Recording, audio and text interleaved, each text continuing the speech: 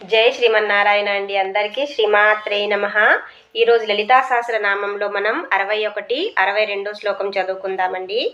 61లో first లైన్లో 2 నామాలు, second లైన్లో 3 నామాలు ఉన్నాయండి.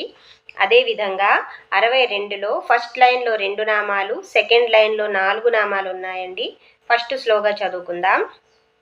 పంచ ప్రేతాసనాసీనా పంచ బ్రహ్మస్వరూపిణి చిన్మయీ పరమానంద విజ్ఞాన ఘన రూపిణి ధ్యానధ్యాతృ ధ్యేయ రూప ధర్మ ధర్మ వివర్జిత విశ్వరూప జాగరిణి స్వపంతి తేజసాత్మిక.